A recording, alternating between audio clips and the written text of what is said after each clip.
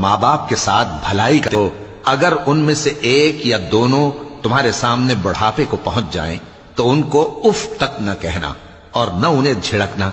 اور ان سے بات ادب کے ساتھ کرنا، اور عجز و نیاز سے ان کے آگے جھکے رہو اور ان کے حق میں دعا کرو کہ اے پروردگار، جیسا انہوں نے مجھے بچپن میں شفقت سے پرورش کیا ہے تو بھی ان کے حال پر رحمت فرما، جو کچھ تمہارے دلوں میں ہے تمہارا پروردگار اس سے بخوبی واقف ہے، اگر تم نیک ہوگے تو وہ رجوع لانے والوں کو بخش دینے والا ہے، اور رشتہ داروں اور محتاجوں اور مسافروں کو ان کا حق ادا کرو، اور فضول خرچی سے مال نہ اڑاؤ کہ فضول خرچی کرنے والے تو شیطان کے بھائی ہیں، اور شیطان اپنے پروردگار کی نعمتوں کا کفران کرنے والا یعنی ناشکرا ہے۔ اور اگر تم اپنے پروردگار کی رحمت یعنی فراخ دستی کے انتظار میں جس کی تمہیں امید ہو ان مستحقین کی طرف توجہ نہ کر سکو تو ان سے نرمی سے بات کہہ دیا کرو،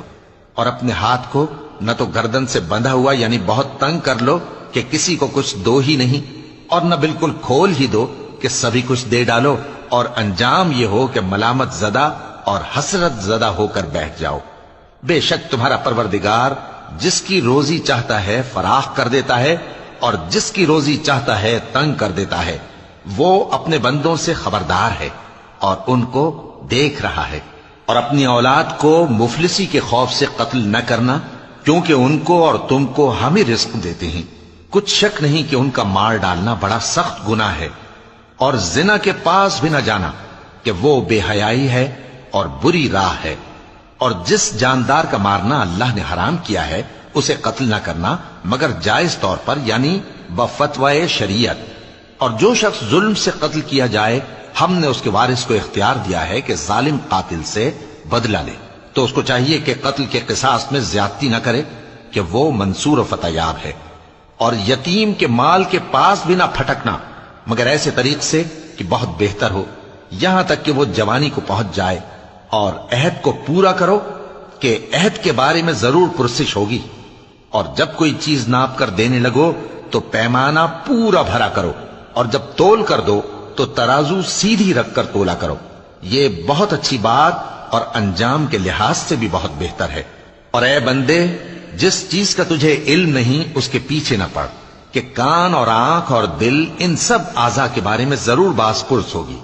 اور زمین پر اکڑ کر اور تن کر مت چل